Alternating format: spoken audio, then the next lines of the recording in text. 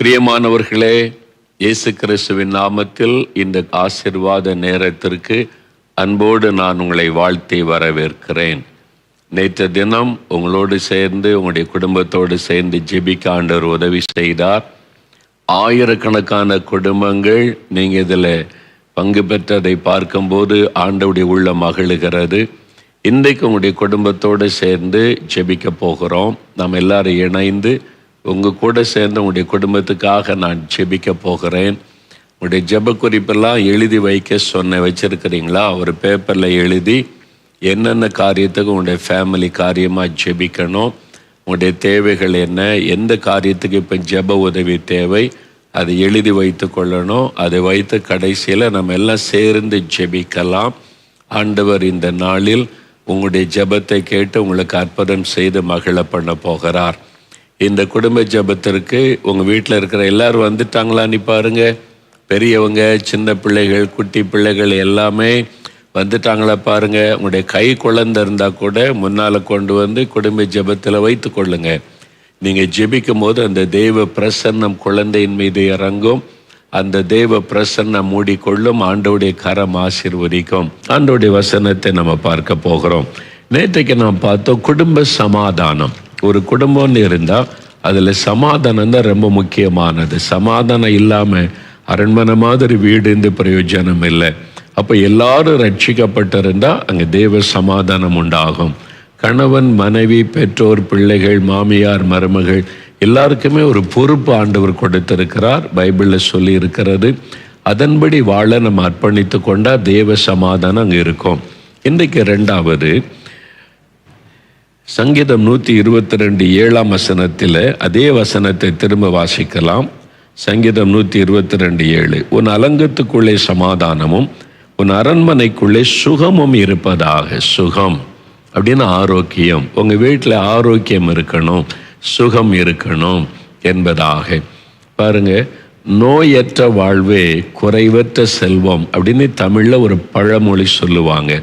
அப்போ நோயில்லாமல் வாழ்ந்தால் அது ஒரு நல்ல ஒரு ஆசீர்வாதம். அதைத்தான் வேதம் வாக்கு கொடுக்கிறது. ஆண்டவர் நமக்கு வாக்கு கொடுக்கிறார். இதை நம்ம விளங்கி கொள்ள வேண்டும். நம்ம ஒரு வியாதி இல்லாத ஆரோக்கியமான குடும்பமாக இருக்கணும் அப்படின்னு ஆண்டவருடைய விருப்பம். ஒரு வியாதினால் ஒரு குழந்தை பாதிக்கப்பட்ட குடும்பமே கலங்குகிறது. ஒரு குடும்ப தலைவர் அல்லது தலைவி நோயினால் பாதிக்கப்பட்டால் எல்லாருமே பாதிக்கப்படுறோம்ல. அப்போ அந்த நோய் இல்லாதபடி ஒரு ஆரோக்கியமான ஒரு வாழ்க்கை, அது ஆண்டவர் நம்ம கொடுக்கிற வாக்கு தத்தம். உன்னுடைய அரண்மனைக்குள்ள சுகம் உண்டாயிருப்பதாக. பிரியமானவனே, நீ உன் ஆத்மா வாழ்வதை போல எல்லாவற்றிலும் வாழ்ந்து சுகமாயிருக்கும்படி வேண்டுகிறேன். நம்ம நல்ல சுகமாக இருக்கணும், ஆரோக்கியமாக இருக்கணும்.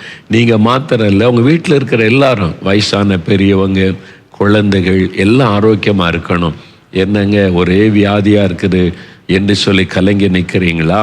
ஆண்டவர் நல்ல சுகத்தை உங்களுடைய குடும்பத்திற்கு அருளி ஆசீர்வதிக்க விரும்புகிறார். தேவனுடைய வாக்கு தத்தத்தை நீங்கள் அறிந்து கொண்டு ஜெபிக்கணும். வேத புஸ்தகத்தில் யாத்திராகமும் 23ஆம் அதிகாரம் 25ஆம் வசனத்தில் ஆண்டவருடைய வாக்கு தத்தம் சொல்லுகிறது. அவர் உன் அப்பத்தையும் தண்ணீரையும் ஆசீர்வதிப்பார், வியாதியை உன்னிலிருந்து விலக்குவேன், வியாதியை விலக்கி போடுவேன்னு வாக்கு கொடுத்தார். அந்த வாக்கு தத்தத்தை நீங்கள் பிடித்து கொள்ளணும். வியாதியை விலக்கி போடுவார் என்று. ஒரு சமயம் ஒரு குடும்பத்தார் என்னை பார்க்க வந்தாங்க. கணவன், மனைவி, 3 பிள்ளைகள் அழைச்சிக்கிட்டு ஜெபம் பண்ண வந்தார்கள். என்ன பிரச்சனையா என்று கேட்டேன். அவர் சொன்னார், நான் சாதாரண ஒரு ஃபேக்ட்ரியில் வேலை செய்கிறேன். கஷ்டப்பட்டு மாதம் முழுதும் வேலை செய்தால் இவ்வளோ சம்பளம் வரும். ஆனால் எங்கள் வீட்டில் வியாதி இல்லாத நாளே இல்லை. ஒரு குழந்தை வியாதி பட்டால் அதுக்கு ஆஸ்பத்திரி கொண்டு போய்கிட்டே இருக்கிறோம். அது சுகமானோன்னு அடுத்த குழந்தைக்கு வியாதி வருது. அது முடிஞ்ச அடுத்த குழந்தைக்கு அல்லது மனைவிக்கு. எங்கள் வீட்டில் வியாதி இல்லாத நாளே இல்லை. நான் சம்பாதிக்கிற பணத்தில் பாதி பணம் ஆஸ்பத்திரிக்கே போயிடுது ஐயா, ரொம்ப கஷ்டமாக இருக்கிறதுன்னு சொன்னாங்க. ஏன்னா ஒரு சாதாரண ஒரு ஏழை குடும்பத்தை சார்ந்தவங்க, கஷ்டப்பட்ட ஒரு வருமானம். அப்போது நல்லா கிறிஸ்தவ குடும்பம். நான் அவங்கள பார்த்து அவங்களுக்காக ஜெபிச்சுட்டு, சரி உங்களுடைய வியாதி எல்லாம் நீங்கி நீங்கள் சுகமாக இருக்க ஒரு ஆலோசனை சொன்னால் செய்வீங்களான்னு கேட்டேன். சரி சொல்லுங்கய்யா என்பதாக கேட்டார்கள். நீங்கள் உங்கள் வீட்டில் தினமும் குடும்ப ஜெபம் பண்ணணும். ஒரு 1/4 மணி நேரம் இல்லை 20 நிமிஷம் பிள்ளைகள்லாம் வச்சு ஒரு பாட்டை பாடி ஃபேமிலியாக டெய்லி ஜெபிக்கணும். சரியான்னு சொன்னேன். உடனே அவர் சொன்னார், எனக்கு நைட் ஷிஃப்ட் வரும், பகல் ஷிஃப்ட் வரும், 3 ஷிஃப்ட்டு, எப்படி பார்த்தீங்களா? இப்போ ஜெபம்னு சொன்ன உடனே சாக்கு போக்கு சொல்லுகிறோம். ஆனால் நான் கேட்டேன், சரி ஷிஃப்டெல்லாம் இருக்குது, டெய்லி 3 வேளை சாப்பிட்றீங்களே? சாப்பிட்றேன். குளித்து நீங்கள் ட்ரெஸ் எல்லாம் புது ட்ரெஸ் போடுறீங்களா? போட்டுக்கிறேன். அவன் கடைக்கு போய் ஜாமான் வாங்குறேன், எல்லா வேலையும் நடக்குது. ஆனால் ஜெபம்னு சொன்னால் மாத்திரம் உடனே ஒரு சாக்கு போக சொல்கிறோம். எப்படி ஆசீர்வதிக்க முடியும்?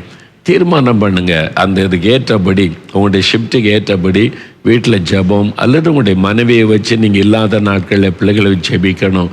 நீங்கள் ஒரு காரியம் செஞ்சால் தான் ஆண்டவர் ஆசீர்வதிக்க முடியும்னு சொன்னேன். சரியா, நான் செய்கிறேன் அப்படின்னு சொல்லி ஒப்பு கொடுத்தா. நான் ஜெபம் பண்ணி அவங்களை அனுப்பினேன். 2 மாதம் கழித்து மறுபடியும் குடும்பமாக வந்திருந்தாங்க. இப்போ எப்படி இருக்கீங்க அப்படின்னு கேட்டேன். அவர் என்ன சொன்னார் தெரியுமா? அந்த 2 மாதத்தில் 1 பைசா கூட நாங்கள் ஆஸ்பத்திரிக்கு செலவு பண்ணலை. ஆண்டவர் காத்து கொண்டார். சம்பாதிக்கிற பணத்தில் பாதி பணம் ஆஸ்பத்திரிக்கு போனார். இந்த 2 மாதத்தில் 1 பைசா கூட ஆஸ்பத்திரி செலவு வரலை. அப்போ ஆண்டவர் பாதுகாக்கிறார்ல. நம்ம செய்ய வேண்டியதை நம்ம செய்யணும். அதனால உங்களுடைய குடும்பத்துக்கு ஜெபிக்கும் போது, வியாதியை நான் உன்னை விட்டு விலக்குவேன் கர்த்தர் வாக்கு கொடுத்திருக்கிறார். யாத்திராகமும் 23:25 அந்த வசனத்தை சொல்லி ஜெபிக்கணும். யாத்திராகமும் 15ஆம் அதிகாரம் 20ஆம் வசனத்தில், எகிப்தியருக்கு வரப்பண்ணின வியாதிகளில் ஒன்றையும் வரப்பண்ணேன், வியாதியை வரவிட மாட்டேன். அந்த வாக்குத்தத்தத்தை சொல்லி எங்கள் வீட்டுக்குள்ளே வியாதி வராது, என் குழந்தைகளுக்கு வியாதி வராது சொல்லி ஜெபிக்கணும்.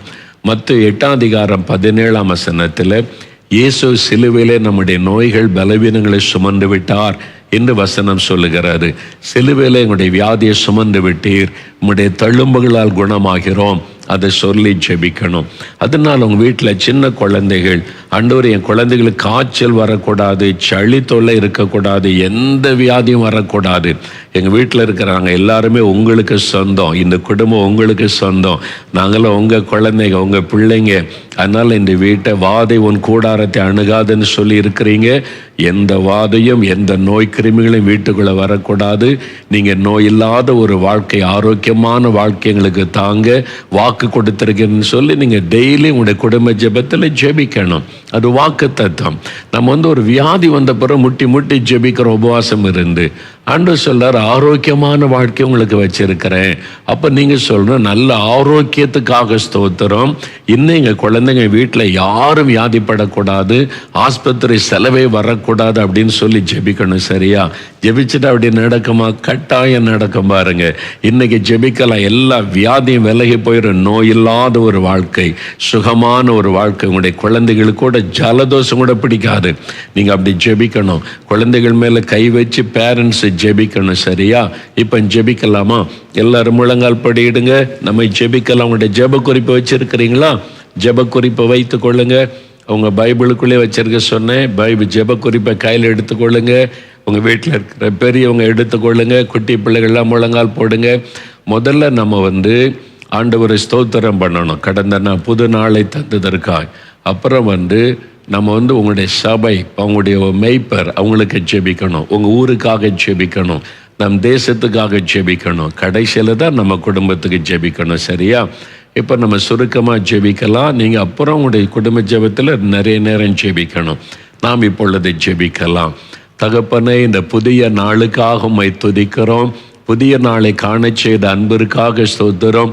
கடந்த நாளெல்லாம் எங்களை பாதுகாத்து நடத்தின தேவனுக்கு ஸ்தோத்திரம். எங்கள் குடும்பத்தை நீர் நேசித்து பாதுகாத்து வேலியடைத்து காத்து வருகிற அன்பிற்காக ஸ்தோத்திரம். நாங்களும் எங்கள் குடும்பம் முழுவதும் உமக்கு சொந்தம். நீர் எங்களுக்கு சொந்தக்காரராய் இருந்து உம்முடைய இரத்தத்தினால் எங்களை மீட்டெடுத்து உம்முடைய பிள்ளைகளாய் வைத்திருக்கிற அன்பிற்காக நாங்கள் உம்மை துதிக்கிறோம். எங்கள் குடும்பத்தை, வீட்டை வேலியடைத்து பாதுகாக்கிறதற்காக நாங்கள் உம்மை துதிக்கிறோம். ஸ்தோத்திரப்பா. தகப்பனே, எங்களுடைய மெய்ப்பருக்காக ஜெபிக்கிறோம். எங்களுடைய சபைக்காக ஜெபிக்கிறோம். எங்களுடைய சபை மெய்ப்பரை ஆசீர்வதிங்க, அவங்களுடைய குடும்பத்தை ஆசீர்வதிங்க, சபையை ஆசீர்வதிங்க. எங்களுடைய சபை வளர்ந்து பெருகணும். எங்கள் சபையில் ஒரு எழுப்புதல் உண்டாகணும். ஆவிக்குரிய மாற்றத்தை காணணும். எங்கள் ஊரில் இருக்கிற மக்கள் எல்லாம் ரட்சிக்கப்படணும். எல்லாரும் எங்களுடைய ஆலயத்தில் சபையில் உம்மை ஆராதிக்கணும், உம்மை அறிந்து கொள்ளணும். எங்களை ரட்சித்ததை போல அவங்களை ரட்சிக்க நாங்கள் ஜெபிக்கிறோம். ஆண்டவரே, எங்களுடைய தேசத்தை விட்டு இந்த கொள்ள நோயை அப்புறப்படுத்தும். எங்கள் தேசம் பாதுகாக்கப்பட நாங்கள் ஜெபிக்கிற எல்லா மக்களும் ரட்சிக்கப்பட உம்மை அறிந்து கொள்ள நாங்கள் ஜெபிக்கிறோம். எல்லையிலே சமாதானம் உண்டாயிருக்கவும் எங்களுடைய தேசம் பாதுகாப்பாக இருக்க நாங்கள் வேண்டுதல் செய்கிறோம்ப்பா. எங்களுடைய அரசியல் தலைவர்களுக்காக ஜெபிக்கிறோம். எங்களை ஆளுகிறவர்கள் மேல் உம்முடைய கரம் இருக்கட்டும், அவங்களை பயன்படுத்தும். உம்முடைய கரம் கூட இருக்கிற அன்பிற்காக ஸ்தோத்திரம். இப்பொழுது எங்களுடைய தேவைகளை எல்லாம் உம்முடைய சமூகத்தில் நாங்கள் வைக்கிறோம். வியாதியை நான் உன்னை விட்டு விலக்குவேன் என்று சொன்னீர். இன்றைக்கு எந்தெந்த குடும்பத்தில் வியாதி பலவீனம் இருக்கிறதோ இயேசுவின் நாமத்தில் அவைகள் விலகட்டும். சிறு குழந்தைகளை தொட்டு சின்ன ஜலதோஷம் கூட பிள்ளைகளுக்கு வரக்கூடாது, சின்ன காய்ச்சல் கூட வரக்கூடாது. வியாதியை நான் உன்னை விட்டு விலக்குவேன் என்று வாக்கு கொடுத்தபடி இயேசுவின் நாமத்தில் எல்லா வியாதியும் விலகட்டும். எல்லா நோய்களும் இயேசுவின் நாமத்தில் மறைந்து போகட்டும். மாத்திரை மருந்துகளை எங்களுக்கு வேண்டாம் ஆண்டவரே. உம்முடைய இரத்தத்தின் வல்லமைக்குள் வைத்துக் கொள்ள உம்முடைய தழும்புகளால் குணமாக்கும். இன்றைக்கு கூட இந்த நோய்கள் முற்றிலும் இல்லாமல் அழிந்து போகட்டும் என்று ஜெபிக்கிறோம். ஆரோக்கியமான வாழ்க்கை எங்களுக்கு தாரும். ஆரோக்கியமான குடும்பமாக எங்கள் குடும்பத்தை வைத்துக் கொள்ளும். எங்களுக்கு நீ நல்ல வைத்தியராய் இருக்கிறதற்காய் ஸ்தோத்திரம். இப்பொழுதும் எங்களுடைய குடும்பத்தின் தேவைகளுக்காக ஜெபிக்கிறோம். இந்த கடன் பிரச்சனைகளை மாற்றும். பண தேவைகளை கர்த்தர் சந்தியும். கடன் இல்லாத ஒரு வாழ்க்கை எங்களுக்கு அருளி செய்து ஆசீர்வதியும். தகப்பனே, எங்களுடைய வேலையை ஆசீர்வதியும். வேலை செய்கிற இடத்துல சாட்சியாய் இருக்க உதவி செய்யும். வியாபாரத்தை ஆசீர்வதியும். தொழிலை பெருக பண்ணும். நாங்கள் அங்கே சாட்சியாய் வாழ்ந்துமை மகிமைப்படுத்த கிருபை தாரும். குழந்தைகளை ஆசீர்வதியும். படிப்பிலை ஆசீர்வதியும். ஞானத்தின் ஆவியினால் அவளை நிரப்பும். எல்லா தீமைக்கும் விலக்கி அவளை காத்துக்கொள்ள நாங்கள் ஜெபிக்கிறோம். திருமண காரியத்தை வாய்க்க பண்ணும். குழந்தை செல்வங்களை அருளி எங்களுடைய குடும்பத்தில் இருக்கிற குறைவை நிறைவாக்கும். இயேசுவின் நாமத்தில் இந்த தேவைகளை எல்லாம் உடைய பாதத்தில் வைத்து ஜெபிக்கிறோம். சொந்த வீட்டை அருளி ஆசீர்வதியும். சொந்த வாகனங்களை அருளி ஆசீர்வதியும். இதோ எங்களுடைய ஜெபத்தை கேட்டீர். எங்களுடைய குடும்பத்தை ஆசீர்வதித்து கொண்டிருக்கிறீர். நாங்கள் உம்மை துதிக்கிறோம். நாங்களும் எங்களுடைய பிள்ளைகளும் எங்களுடைய குடும்பத்தாரும் இயேசுவுக்கு சொந்தம். இதோ உம்முடைய சட்டையின் மறைவுக்குள் எங்களை வைத்துக் கொள்ளுகிறதற்காக ஸ்தோத்திரம். இந்த நாள் முழுவதும் எந்த தீங்கும் எந்த சாத்தானுடைய வல்லமையும் எங்களை தொடாதபடி, எங்களுடைய வீட்டை நெருங்காதபடி பாதுகாத்து நடத்தும். உம்முடைய சட்டையின் மறைவுக்குள் ஒப்பு கொடுக்கிறோம். எங்களை ஆசீர்வதித்து விட்டீர். ஜெபத்தை கேட்டீர். உமக்கு ஸ்தோத்திரம். இயேசு கிறிஸ்துவின் நாமத்தில் ஜெபிக்கிறோம் பிதாவே. ஆமேன், ஆமேன். என் ஆத்துமாவே கர்த்தரை ஸ்தோத்திரி. என் முழு உள்ளமையுடைய பரிசுத்தமுள்ள நாமத்தை ஸ்தோத்திரி. என் ஆத்துமாவே கர்த்தரை ஸ்தோத்திரி. அவர் செய்த சகல உபகாரங்களை மறவாதே. ஆமேன், ஆமேன். நாளை தின காலையில் சந்திக்க போகிறோம். இந்த வாக்குத்தத்தத்தை நினைவில் கொண்டு வியாதி எங்கள் குடும்பத்தை அணுகாது. இது ஆரோக்கியமான குடும்பம், இயேசு இருக்கிற குடும்பம், ஒரு பெரிய மருத்துவர் பெரிய டாக்டர் இருக்கிற குடும்பம்னு சொல்லி நல்ல ஆண்டவரை துதித்து ஜெபிங்க. இன்னையிலிருந்து மாற்றத்தை பார்ப்பீங்க. நாளை காலையில் உங்களோட சேர்ந்து ஜெபிக்க நான் வருகிறேன். சேர்ந்து ஜெபிக்கலாம். உங்களுக்கு தெரிஞ்ச மற்ற குடும்பத்துக்கெல்லாம் தெரியப்படுத்துங்க. ஃபோன் பண்ணி தெரியப்படுத்தி இந்த ஜெபத்தில் பங்கு பெறுங்கன்னு சொல்லி எல்லா கிறிஸ்தவர்களுக்கும் தெரியப்படுத்துங்க. சரியா? God bless you.